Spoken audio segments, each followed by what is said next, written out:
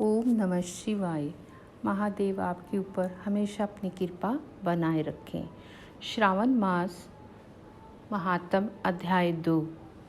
ईश्वर बोले, हे महाभाग, आपने उचित बात कही है। हे ब्रह्मपुत्र, आप विनम्री, गुणी, श्रद्धालु श्रोता हैं। हे अनंत, आपने श्रावण मास के विषय में विनम्रतापूर्वक जो पूछा है उसे तथा जो नहीं भी पूछा है वह सब अत्यंत हर्ष तथा प्रेम के साथ मैं आपको बताऊंगा। द्वेष न करने वाला सबका प्रिय होता है और आप उसी प्रकार के विनम्र हैं, क्योंकि मैंने आपके अभिमानी पिता ब्रह्मा का 5वां मस्तक काट दिया था, तो भी आप उस द्वेष भाव का त्याग कर मेरी शरण को प्राप्त हुए हैं। अतः हे तात, मैं आप सबको कुछ बताऊंगा, आप एकाग्रचित होकर सुनिए। हे योगिन, मनुष्य को चाहिए कि श्रावण मास में नियम पूर्वक नक्त व्रत करे और पूरे महीने भर प्रतिदिन रुद्राभिषेक करे। अपनी प्रिय वस्तु का इस मास में त्याग कर देना चाहिए।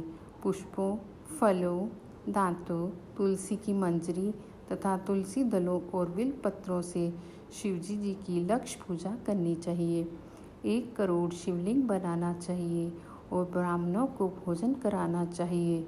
महीने भर धारण पारण व्रत तथा उपवास करना चाहिए। इस मास में मेरे लिए अत्यंत प्रीतिकर पंचामृत अभिषेक करना चाहिए।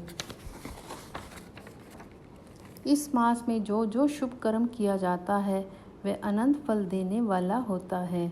हे मुने, इस माह में भूमि पर सोए ब्रह्मचारी रहें और सत्य वचन बोले। इस मास को बिना व्रत के कभी व्यतीत नहीं करना चाहिए। फलाहार ग्रहण करना चाहिए, पत्ते पर भोजन करना चाहिए। व्रत करने वाले को चाहिए कि इस मास में शाक का पूर्ण रूप से परित्याग कर दे। हे मुनि श्रेष्ठ, इस मास में भक्ति युक्त होकर मनुष्य को किसी न किसी व्रत को अवश्य करना चाहिए। सदाचार परायण भूमि पर शयन करने वाला प्रातःकाल ध्यान करें और जितेंद्रिय होकर मनुष्य को एकाग्र किए गए मन से प्रतिदिन मेरी पूजा करनी चाहिए। इस मास में शिव के षडाक्षर मंत्र का जाप अथवा गायत्री मंत्र का जाप करना चाहिए और शिवजी जी की प्रदक्षिणा, नमस्कार तथा पठन करना चाहिए। पुरुष सूक्त का पाठ अधिक फल देने वाला होता है। इस मास में किया गया गृह यज्ञ, कोटि होम, लक्ष्य होम तथा युद्ध होम शीघ्र ही फलीभूत होता है और अभिष्ट फल प्रदान करता है। जो मनुष्य इस मास में एक भी दिन व्रतहीन व्यतीत करता है वह महाप्रलय पर्यंत घोर नरक में वास करता है। यह मास मुझे जितना प्रिय है उतना कोई भी मास प्रिय नहीं है। यह मास सकाम व्यक्ति को अभिष्ट फल देने वाला तथा निष्काम व्यक्ति को मोक्ष प्रदान करने वाला है। हे सत्तम, इस मास के जो व्रत तथा धर्म हैं उन्हें मुझसे सुनिए। रविवार को सूर्य व्रत तथा सोमवार को मेरी पूजा व नक्त भोजन करना चाहिए। श्रावण मास के पहले सोमवार से आरंभ करके 3.5 महीने का रोटक नाम का व्रत किया जाता है। यह व्रत सभी वांछित फल प्रदान करने वाला है। मंगलवार को मंगल गौरी का व्रत, बुधवार व बृहस्पति के दिन इन दोनों वारों का व्रत, शुक्रवार को जीवंतिका व्रत और शनिवार को हनुमान तथा नृसिंह का व्रत करना बताया गया है। हे मुने, अब तिथियों में किए जाने वाले व्रतों का स्मरण करें। श्रावण के शुक्ल पक्ष की द्वितीया तिथि को औदुंबर नामक व्रत होता है। श्रावण के शुक्ल पक्ष की तृतीया तिथि को गौरी व्रत होता है। इस प्रकार शुक्ल की चतुर्थी तिथि को दुर्गा गणपति नामक व्रत किया जाता है। हे मुने, उसी चतुर्थी का दूसरा नाम विनायकी चतुर्थी भी है। शुक्ल पक्ष में पंचमी तिथि नागों के पूजन के लिए प्रशस्त होती है। हे मुनि श्रेष्ठ, इस पंचमी को रौरव कल्पादि नाम से जानिए। षष्ठी तिथि को सुपोधन व्रत तथा सप्तमी तिथि को शीतला व्रत होता है।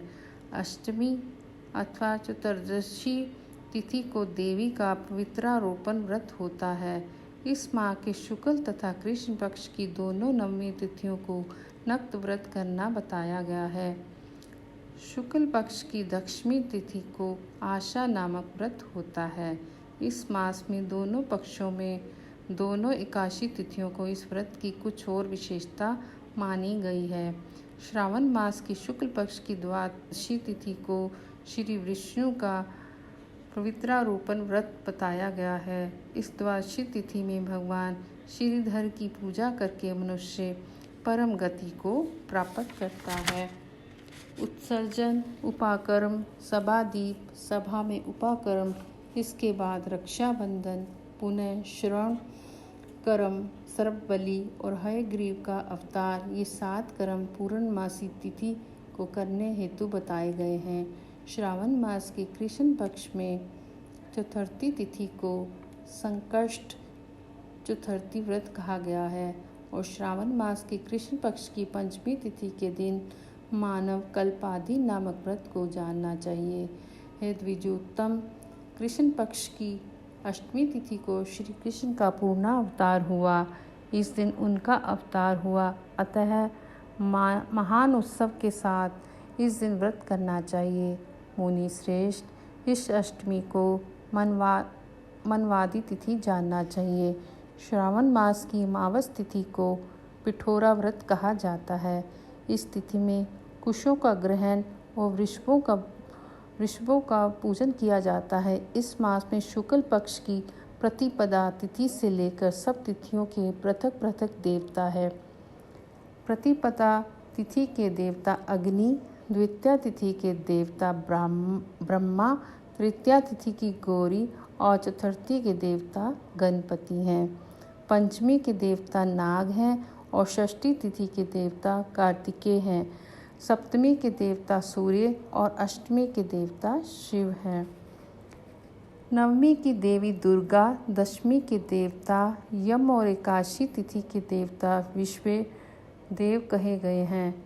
द्वादशी के विष्णु तथा त्रयोदशी के देवता कामदेव हैं।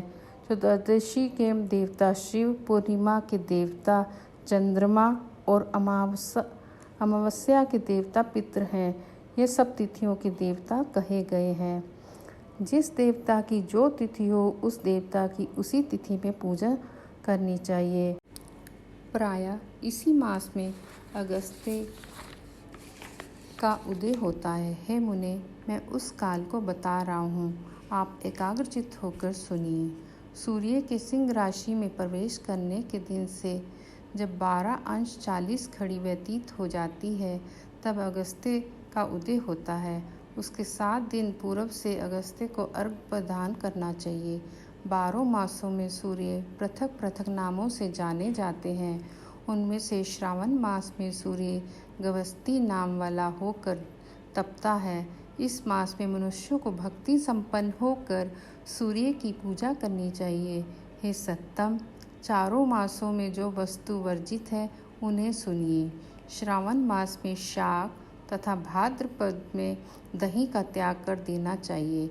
इसी प्रकार अश्विन में दूध तथा कार्तिक में दाल का परित्याग कर देना चाहिए। यदि इन मासों में इन वस्तुओं का त्याग नहीं कर सके तो केवल श्रावण मास में ही उक्त वस्तुओं का त्याग करने से मानव उसी बल को प्राप्त कर लेता है। हे मानद, यह बात मैंने आपसे संक्षेप में कही है। हे मुनि श्रेष्ठ, इस मास के व्रतों और धर्मों के विस्तार को सैकड़ों वर्षों में भी कोई नहीं कह सकता है। मेरी तथा विष्णु की प्रसन्नता के लिए संपूर्ण रूप से व्रत करना चाहिए। परमात्मा की दृष्टि से हम दोनों में कोई भी भेद नहीं है। जो लोग भेद करते हैं वे नरकगामी होते हैं। अतः हे सनंत कुमार, आप श्रावण मास में धर्म का आचरण कीजिए। इस प्रकार ईश्वर सनंत कुमार संवाद के अंतर्गत श्रावण व्रतोपदेशक कथक नामक दूसरा अध्याय पूर्ण हुआ। ओम नमः शिवाय।